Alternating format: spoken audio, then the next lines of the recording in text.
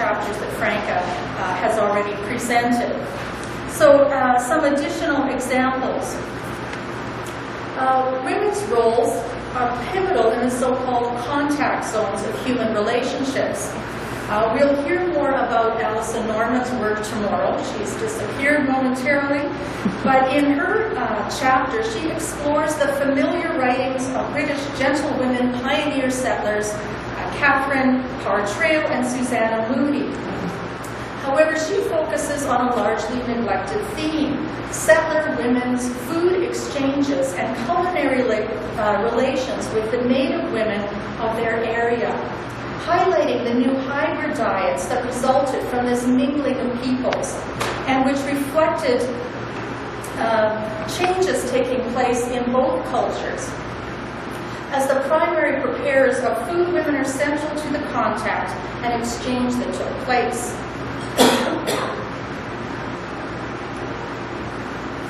Writing about the same time period, Julia Roberts also explores a contact zone between settlers and Indigenous peoples, but also between classes and genders in the colonial tavern, this one being in mid-19th century Cobourg, Ontario. And in her chapter, we see women in the kitchen preparing snipe, which is, ask Julia later about snipe, a small Indigenous bird. Women preparing snipe using European settler methods to reinforce the sense of privilege and elitism on the part of the male patron. Well, throughout history, women have been in the forefront of food protests. And if you look at the histories of the Russian Revolution and the French Revolution, in both cases, food prices and food scarcity were at the beginning of the protests and were often led by women. In our book, we have a few female-initiated food protests as well. So our co-editor, Valerie Kornick, has a chapter with a provocative title, Meat Steaks, Eat Beef Dyke, which discusses how Katie Lang, as you see here, made a 1990 commercial, which you might remember, for PETA, People for the Ethical Treatment of Animals, in which she comes out as a vegetarian alongside of her coming out as a lesbian. This triggered an angry backlash, homophobic backlash, in her home community of Consort, Alberta, and Alberta generally, cattle country, as we know. The worst reaction was from cattle country activists who defaced the welcome sign of her Katie Lang's hometown, which the sign read, Home of Katie Lang, to cover it up to say, Eat Beef Dyke. So here we have a fascinating intersection of food and sexuality. Not much another image from cattle country. And not much of an image here, but a fascinating chapter by Julie Gard. Her food protest takes place much earlier in the 1930s Depression era, when radical women fought rising prices of milk and were able to mobilize a large, broad-based grassroots movement by tapping into the extraordinary material and symbolic meanings of milk, and the hyperbole that exaggerated milk's fundamental importance to health. In discussing how the milk price campaign transformed a marginal group of women into a highly respectable consumer organization, the Toronto Housewives Association, she notes that their most important achievement was not simply lower prices, but their success at stimulating a popular education campaign about the politics of milk. Another area that where women function prominently in the book is in studies that focus on ethnic and immigrant women. And certainly women in ethnically distinct communities are often viewed as the cultural carriers of their groups, with responsibility for maintaining the traditions, customs, language, and other group distinctives across generations. Both Stacy Zembritsky and Susie Panchak look at the Ukrainian Canadian communities and women's roles. These are images from Stacy Zembritsky's chapter, where she looks at the childhood food memories of Ukrainian men and women during the food challenge era of the Depression. And interestingly, she recounts food memories that are actually good memories. They're not memories of hardship, largely because of the resourcefulness of mothers who gardened, gathered, and prepared traditional ethnic dishes, and thus eased the difficulties of the potential difficulties of that era. Art historian Susie Hunchak looks at a whole array of giant folk art food sculptures in Ukrainian towns in Alberta and Saskatchewan. This one, of course, the Kazanka, the Easter egg, these food colossi, as she calls them, are really representative of women's work in so many ways. And they reflect the cultural identity and the collective memory of food trauma, as she calls it, experienced by Ukrainians through the many years of tragedy in the early 20th century, through famine, revolution, hunger, starvation, and so on. Sonia Kansia looks at, in her chapter Tutti at Tavola, Feeding the Family, looks at two generations of Italian-Canadian women in Montreal in the 1950s, and how the first generation are consumed with their roles as feeders of the family, so creators of the Sunday dinner. And then at the second generation of their daughters, who are shaped by the women's movement of the 1970s, and who continue to perform this role, passed down to them, although with a great deal more ambivalence.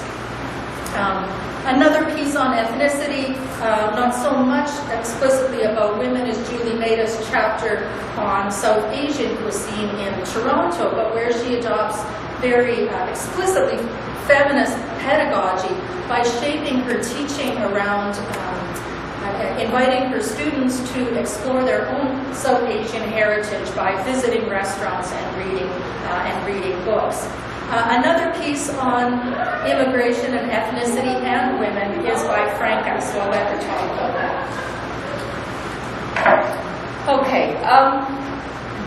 The current book that I'm working on, that is suspended while I organize the Berkshire Finance of Women's History, is looking at a series of kind of bottom-up, community-based, women-directed experiments in cultural pluralism, suggesting that there are longer roots to that than the sort of official, multiculturalism that's so clearly identified with Trudeau's vision statement, and then with the political machinations around it and adoption of multiculturalism. And so my focus is on the Toronto International Institute in Toronto, that was also part of a broader Canadian movement and a broader American movement, who were pluralists, right, in an era before we called it multiculturalism, and who were involved in a number of experiments. So among them are experiments that involve food. So this is my collage to suggest that among the ways in which they were trying to promote pluralism was through public spectacle, was also through what we call an immigrant gifts approach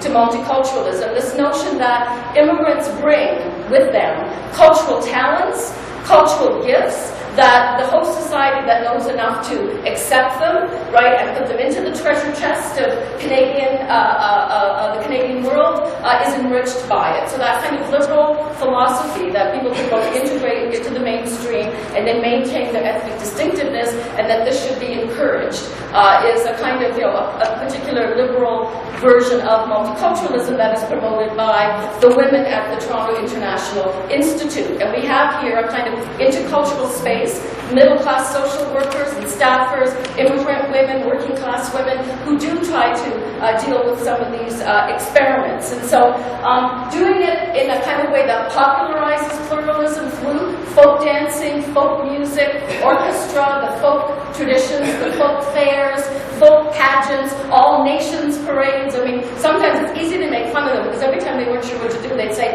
let's get the immigrant groups to dress up in their colorful ethnic costumes and march down Yonge Street to make us all feel better about ourselves. But there is also the sense that we need to get Anglo-Torontonians, right? And Toronto is so Anglo, right, in this period, that their efforts to try to bring Anglo-Canadians into these intercultural spaces to try to get them to, right, enjoy the music and so forth, also learn about it, also feel, in a way, there's a kind of tourism aspect to it too, right? You can learn about exotic peoples, you can, visit all sorts of interesting places, you can take in these folk fairs where you learn something, you can buy a craft, you can eat, ethnic food, and you kind of become enhanced by it. So this sort of notion that it's a kind of a part of being a more cosmopolitan city, and look, you can do it right at home if you're in Toronto, right, just receiving all of these groups. So food becomes part of this kind of collective strategy, and so among the programs that they ran was something called the Ethnic Weeks, and this is Hungarian Week of 1963, and I love that we've got a very kind of ubiquitous pretty ethnic woman in the ethnic costume, and in the 60s beehive. And this is opening up Ethnic Week, and this is sculpture, there's arts and crafts, there's going to be lectures, there's folk dancing, there's folk demonstrations, because they want people actually, right, literally doing the steps of the folk dance so that you feel like, right, you're getting to know somebody, this ethnic mingling. It's a way of developing mutual respect. I put this one up here because the black and white images I have from the Institute don't capture the color, right, but the color is important. So the directors of the Institute, among them women like Nell West and Tina Stewart, in order to get people to come, certainly were always promising, right, colorful events, stirring occasions, delightful food, festive foods, and that all of this will help us all become, right, more cosmopolitan citizens. And they actually talked about trying to make Toronto a local United Nations that would then become a model for kind of post-war Canada. So it's partly also about how do you develop, national unity in a context in which your population is becoming increasingly diverse, right? So that values like mutual respect, understanding, tolerance become, right, Canadian values. And one way in which the Institute is trying to promote that is in this very popularized, colorful, public spectacle way. So Ethnic Week means, right, you can see the arts and crafts, you can buy, they actually say, buy some interesting ethnic crafts, show it off to your friends. These are Polish handmade dolls, so there'll be lectures about, right, the ethnic handicraft. And then usually the Ethnic Weeks ended with an ethnic banquet, and always discussions about the colorful tables, the festive tables, the Latvian Easter table that has the pussy willows and the multicolored Easter eggs, so on and so forth. Again, all as a way of kind of trying to bring people into this intercultural space. Now, they did lots of other things, and I'm going to jump to something that they were involved with. And I should say, in the picture back here, this is Mayor Somerville, Toronto Mayor, who was very enthusiastic about folklore. He is very involved in the creation of some of the early Ontario folk festivals that happened, and the Institute was a kind of minor player in all of that. And ultimately, they are involved in what becomes, right, Metro Caravan, that's introduced in the late 1960s, which is kind of this sort of populist, colorful pluralism, kind of writ large, right? Because the point around Metro Caravan was that you bought a passport, right? And you bought stamps, you went to the different pavilions, Moscow, Rome, whatever. You ate food, you saw dances, you heard stories, right? And you literally were a tourist, right, in your own Toronto context. And so this was the Rome Pavilion, and you can see again, kind of a play on stereotype at the same time as what was supposed to happen, especially with the Anglo-Torontonians, is this notion that they had learned something, right? That they had somehow engaged in another culture and been improved as a result. And so for me, the focus has been on the women of the International Institute and the way in which they try to do this, and that food plays very much a role within all of this. The other device that they used is the multi-ethnic cookbooks. And the Toronto Institute, this is 1963, a Christmas multi-ethnic cookbook. And again, by the 1960s, they're saying, we now have so many immigrants in Toronto, we really have to take advantage of this. Immigration to Toronto, also, the arrival of cheap air flights, people going to Europe, this is all very European in terms of this pluralism, that now we've got people more interested in trying, ethnic restaurants, a diversity of foods, and so on and so forth. So let's create, right, multi-ethnic cookbooks. So this again is my collage to suggest visually what kinds of things we're going into these ethnic cookbooks. So you get, Czech Christmas fish soup, Hungarian goulash, but there's also the grilled cheese, and of course, always encouraging the ethnic women to experiment with jello salads as well. So, back to Marlene and more cookbooks. So Franca got us talking about cookbooks, something that I'm sure most food historians, most foodies like to talk about, or at least page through, or have lots of them on their shelves, whether you actually use them or not. Cookbooks figure fairly prominently in the book in a number of pieces, and figure prominently in food history and in women's history.